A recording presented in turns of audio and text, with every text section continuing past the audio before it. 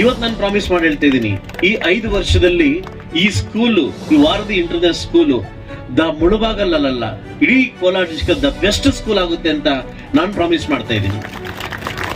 ಬಂದಿರುವಂತಹ ಎಲ್ಲಾ ಗಣ್ಯ ವ್ಯಕ್ತಿಗಳಿಗೂ ಸಹ ಒಂದು ಗಿಡವನ್ನ ನೀಡುವ ಮುಖಾಂತರ, ವಿದ್ಯಾರ್ಜನೆಯ ಪ್ರತೀಕವಾದಂತಹ ಒಂದು ಪುಸ್ತಕವನ್ನ ನೀಡುವ ಮುಖಾಂತರ ನಾವು ಸನ್ಮಾನ ಕಾರ್ಯಕ್ರಮವನ್ನ ಏರ್ಪಾಡು ಮಾಡ್ಕೊಂಡಿದ್ದೀವಿ ನಿಮ್ಮ ಅನುಮತಿ ಮೇರೆಗೆ.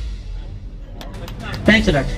ಮುಳಬಾಗಿಲು ತಾಲೂಕು ಇದುವರೆಗೂ ಕಂಡು ಕೇಳಿದಂತಹ ಅನೇಕ ಜನೋಪಕಾರಿ ಕಾರ್ಯಕ್ರಮಗಳನ್ನ ನೆರವೇರಿಸಿಕೊಟ್ಟಂತಹ ಶ್ರೀಯುತರು ನಮ್ಮೆಲ್ಲರ ನೆಚ್ಚಿನ the humble politician Shri Samriddhi Manjunath sir ಅವರು, ಅವರಿಗೆ ನಿಮ್ಮೆಲ್ಲರ ಪರವಾಗಿ ಜೋರಾದ ಚಪ್ಪಾಳೆಯೊಂದಿಗೆ ಸುಸ್ವಾಗತವನ್ನು ಬಯಸೋಣ. ಗಿಡ ಕೊಡುವ ಮುಖಾಂತರವಾಗಿ ಸುಸ್ವಾಗತ ಚಪ್ಪಾಳೆ, ಜೋರಾಗಿರ್ತಕ್ಕಂಥ ಚಪ್ಪಾಳೆ please.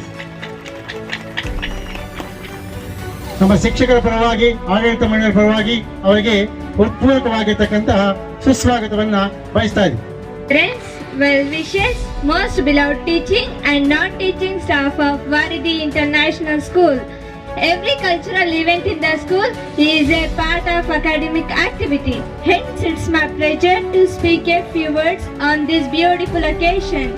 Varidhi International School always collaborate with the modern technology, enthusiastic teaching staff, homely atmosphere, dedicated management headed by our most beloved Dr. Sri Varidhi Manjunath Reddy sir and Srimati Harita Manjunath ma'am, our most humble and beloved, our dearest admin Sri Rajendra sir, dearest secretary Sri Jeevan Reddy sir, and founders of this esteemed school Sri Subramani Reddy sir and Srimati Janakamma ma'am.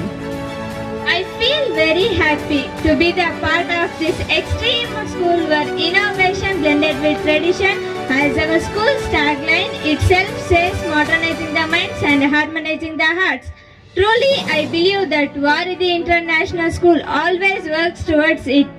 ಮಕ್ಕಳಿಗೆ ಅಂಕಗಳು ಮುಖ್ಯ ಅಲ್ಲ, ಸಂಪಾದನೆ ಮುಖ್ಯ ಅಲ್ಲ, ತನ್ನ ಎತ್ತವರನ್ನ, ಒತ್ತವರನ್ನ, ಸಾಕಿದವರನ್ನ, ಸಲಹಿದರನ್ನ ನೋಡ್ತಕ್ಕಂಥ ಸಂಸ್ಕಾರಯುತ ಶಿಕ್ಷಣವನ್ನ ಮಂಜುನಾಥ್ ಅವರು ನೀಡ್ತಾ ಬಂದಿದ್ದಾರೆ ಅಂತಕ್ಕಂಥ ಮಾತನ್ನು ಹೇಳ್ತಾ, ಈ ಭಾಗದಲ್ಲಿ ನಮ್ಮ ಸರ್ಕಾರಿ ಶಾಲೆಗಳ ಜೊತೆಗೆ ಖಾಸಗಿ ವಿದ್ಯಾಸಂಸ್ಥೆಗಳ ಒಳ್ಳೆಯ ಶಿಕ್ಷಣನ ಕೊಡ್ಲಿ ಅಂತಕ್ಕಂಥ ಮಾತನ್ನು ಹೇಳ್ತಾ, ಒಂದು ಒಳ್ಳೆಯ ಒಂದು ಕನಸನ್ನ ಇಟ್ಕೊಂಡು ವಿದ್ಯಾಸಂಸ್ಥೆ ಪ್ರಾರಂಭ ಮಾಡಿದರೆ ಬಹುಶಃ ಕಡಿಮೆ ಖರ್ಚಿನಲ್ಲಿ ಮಕ್ಕಳಿಗೆ ಶಿಕ್ಷಣ ಸಿಗಬೇಕು, ಇದು ವೆಚ್ಚದಾಯಕ ಆಗಬಾರ್ದು, ಪೋಷಕರಿಗೆ ಹೊರೆಯಾಗಬಾರ್ದು ಅಂತಕ್ಕಂಥ ಒಂದು ಮಾತನ್ನು ಹೇಳ್ತಾ, ಅಚ್ಚುಕಟ್ಟಾದ ಒಂದು ಕಾರ್ಯಕ್ರಮ ಇದು.